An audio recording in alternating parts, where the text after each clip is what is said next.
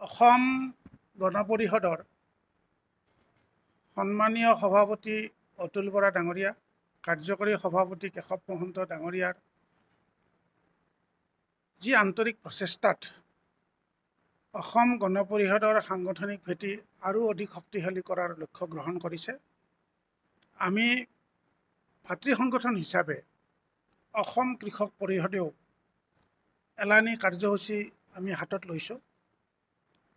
অহা 10 ছেপ্টেম্বৰৰ পৰা আমি 29 ছেপ্টেম্বৰলৈ আমি কৃষকৰ পদূলিত কৃষক পৰিষদ অৰ্থাৎ আমি অসমৰ প্ৰায় 50,000 কৃষক পৰিয়ালৰ ওচৰলৈ কৃষকৰ নেতৃবৃন্দ যোৱাৰ কথা আমি চিন্তা কৰিছোঁ। অহা 10 তাৰিখে গহপুৰত বিহপুৰীয়া সমষ্টিৰ সৈতে একত্ৰিত হৈ আমাৰ উদ্বোধনী অনুষ্ঠান তাতে সমাপন কৰা হ'ব। আমি এই কাৰ্যসূচী আনুষ্ঠানিকভাৱে আমি মুকলি কৰিম।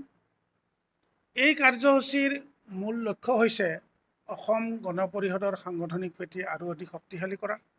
মুখ্য উদ্দেশ্য হৈছে কৃষকৰ সৈতে আলোচনা কৰি কৃষকৰ সমস্যা সমাধান কৰাৰ কাৰণে প্ৰয়াস কৰা আৰু কৃষকসকলৰ যি মনৰ কথা, এই মনৰ কথা আমি কৃষকৰ নেতৃবৃন্দই শুনিম।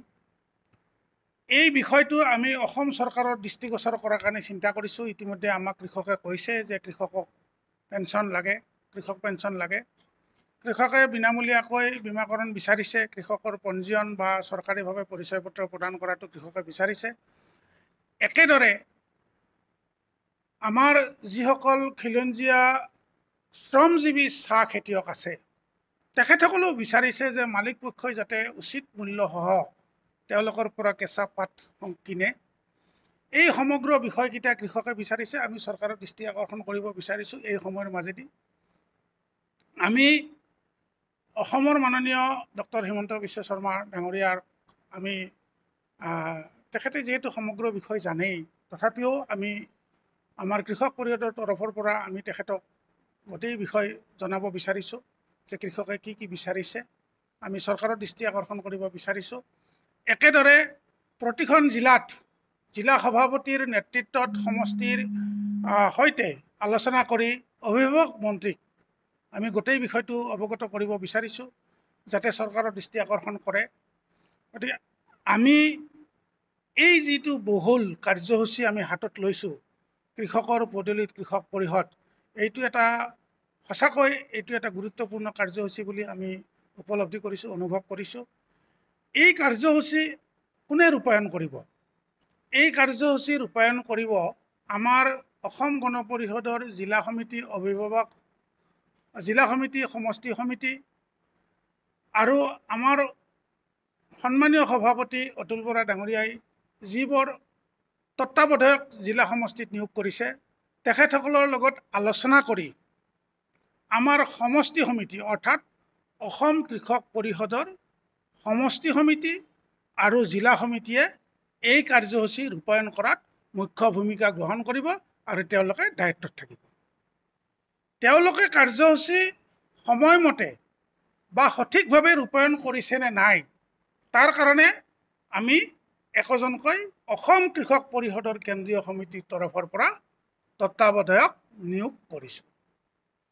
আমি আমাৰ অসম কৃষক পৰিষদৰ যি হোৱাটছআপ গ্ৰুপ আছে, এই গ্ৰুপৰ যোগেদি আমি প্ৰথম পৰ্যায়ত গ্ৰহণ কৰা 43টা সমষ্টি, এই সমষ্টিৰ 43জন আমি তত্ত্বাৱধায়ক নিয়োগ কৰিছোঁ। তেখেতসকলে নিশ্চিতভাৱে এই আদেশ লাভ কৰিব আৰু লাভ কৰাৰ লগে লগে এই তত্ত্বাৱধায়কসকলে সংশ্লিষ্ট সমষ্টিসমূহলৈ গৈ আলোচনা কৰি তাত আমাৰ ভাতৃ ভগ্নী সংগঠন, যুৱ পৰিষদ, মহিলা পৰিষদ, ছাত্ৰ পৰিষদ, শ্ৰম পৰিষদ, চাহ পৰিষদ, ধৰ্মীয় সংখ্যালঘু পৰিষদ আৰু আমাৰ মূল অভিভাৱক সমিতি, জিলা সমিতি, সমষ্টি সমিতি আটাইৰ লগত আলোচনা কৰি এই কাৰ্যসূচী কেনেকৈ ৰূপায়ণ কৰিব লাগে তাৰ ওপৰত আলোচনা কৰি যাতে প্ৰতিটো পঞ্চায়তত এই কাৰ্যসূচী ৰূপায়ণ কৰাৰ ব্যৱস্থা কৰে। এতিয়া প্ৰশ্ন আহিব পাৰে, এই কাৰ্যসূচীৰ যোগেদি আমি এটা কৃষক পৰিয়ালৰ ওচৰলৈ গৈ বা আমি পঞ্চায়ত এলেকাৰ কৃষক পৰিয়ালৰ ওচৰলৈ গৈ আমি কি ক'ম? আমাৰ প্ৰথম কথা হ'ল আমাৰ যিসকল কৃষক সেই অঞ্চললৈ যাব, আমাৰ অসমীয়া সংস্কৃতিৰ বাহক আমাৰ এখন ফুলাম গামোচা গলত লৈ আমাৰ কৃষকৰ নেতৃত্ব কৃষকৰ পদূলিলৈ যাব, প্ৰথমতে নমস্কাৰ জনাব আৰু নমস্কাৰ জনাই অসম গণ পৰিষদে কৃষকৰ কল্যাণৰ কাৰণে বিগত সময়ছোৱাত কি ধৰণৰ কাৰ্যসূচী গ্ৰহণ কৰিছিল আৰু বৰ্তমানেও গ্ৰহণ কৰি আছে আৰু ভৱিষ্যতেও গ্ৰহণ কৰিব, এই কথা প্ৰথমতে অৱগত কৰিব লাগিব। দ্বিতীয়তে কৃষকজনে চৰকাৰে গ্ৰহণ কৰা কল্যাণমূলক আঁচনি, কৃষকৰ লগত জড়িত থকা এই কল্যাণমূলক আঁচনিসমূহ তেওঁ লাভ কৰিছে নে কৰা নাই, নে মধ্যভোগী দালালৰ দপদপনি এতিয়াও আছে, নে তেওঁ কিবা এই আঁচনি লাভ কৰাৰ ক্ষেত্ৰত অসুবিধা পাইছে বা এই আঁচনি সম্বন্ধে তেওঁ জ্ঞাত নহয়, এই সকলোবিলাক তথ্য আমাৰ কৃষকৰ নেতৃবৃন্দই কৃষকজনক অৱগত কৰিব লাগিব।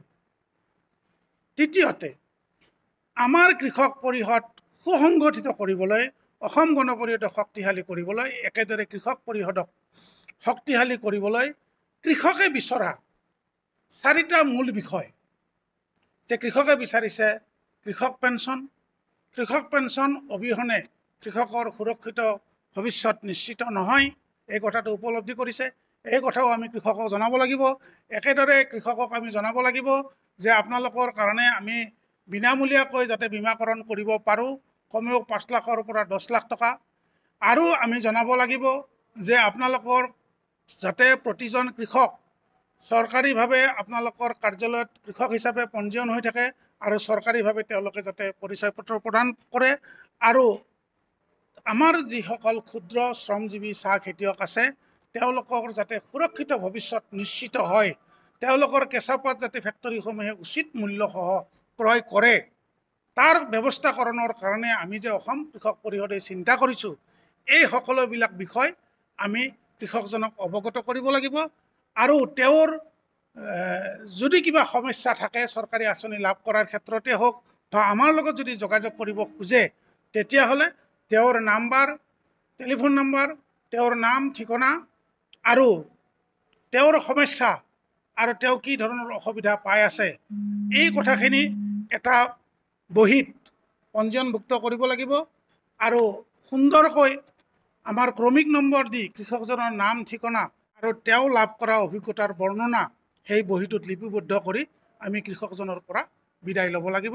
আৰু অৱশেষত ক'ব লাগিব যে সন্মানীয় সভাপতি অতুল বৰা ডাঙৰীয়া আৰু আমাৰ সন্মানীয় কাৰ্যকৰী সভাপতি কেশৱ মহন্ত ডাঙৰীয়া প্ৰমুখ্যে কেন্দ্ৰীয় নেতৃত্ব আমাৰ অসম কৃষক পৰিষদৰ তত্ত্বাৱধায়কে ইতিমধ্যে দলটোক জাতি ধৰ্ম বৰ্ণ নিৰ্বিশেষে সুসংগঠিত কৰি নতুন চিন্তাৰে প্ৰগতিশীল মনোভাৱেৰে আমি জনগণৰ ওচৰত যাব বিচাৰিছোঁ।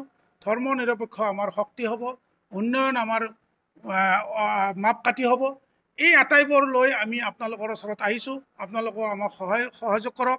আঞ্চলিকতাবাদী শক্তিশালী হোৱা মানে, আঞ্চলিকতাবাদ শক্তিশালী হোৱা মানে অসম গণ পৰিষদ শক্তিশালী হোৱা, আৰু অসম গণ পৰিষদ শক্তিশালী হোৱা মানে অসমৰ ৰাইজ সুৰক্ষিত হোৱা আৰু ভৱিষ্যত যাতে তেওঁলোকে নিৰাপত্তা পাব পাৰে জাতি ধৰ্ম বৰ্ণ নিৰ্বিশেষে সকলো ভাৰতীয়ই আমি এক হ'ব বিচাৰিছোঁ।